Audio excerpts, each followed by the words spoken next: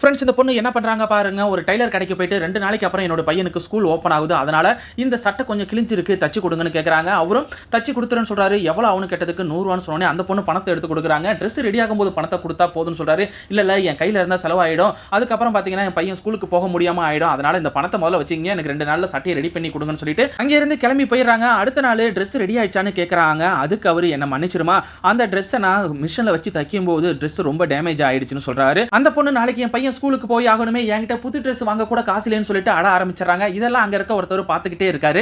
அந்த டைலர், நீ ஒன்னும் கவலைப்படாதமா, நேத்து நான் தச்சிட்டு இருக்கும்போது ட்ரெஸ் டேமேஜ் ஆனதுக்கு அப்புறமா நான் கடைக்கு போயிட்டு அதே சைஸ்ல ட்ரெஸ் வாங்கிட்டு வந்துட்டேன், நீ பணம்லாம் ஒன்றும் கொடுக்க வேண்டாம், இங்க இருந்து எடுத்துட்டு போமான்னு சொன்னதுக்கு அப்புறமா அந்த பொண்ணு ரொம்ப நன்றின்னு சொல்லிட்டு அங்க இருந்து அந்த ட்ரெஸ் பையனுக்கு சந்தோஷமா எடுத்துட்டு போறாங்க. கூட வேலை பார்க்குறவருக்கு அந்த ட்ரெஸ் நீங்க தைக்கவே கிடையாது, எதுக்காக இப்படி பண்ணீங்கன்னு கேட்கும்போது அந்த ட்ரெஸ் எடுத்த கையில கொடுக்குறாரு. ட்ரெஸ்ஸை பாருன்னு சொன்னதுக்கு அப்புறம் அது கிழிஞ்சு போய் ரொம்ப கேவலமா இருக்கு. அந்த பையனை எனக்கு தெரியும் ரொம்ப கஷ்டப்படுற ஃபேமிலி, ஏதோ என்னால முடிஞ்ச ஹெல்ப்னு சொல்லிட்டு தன்னுடைய வேலையை பார்க்க ஆரம்பிக்கிறாரு.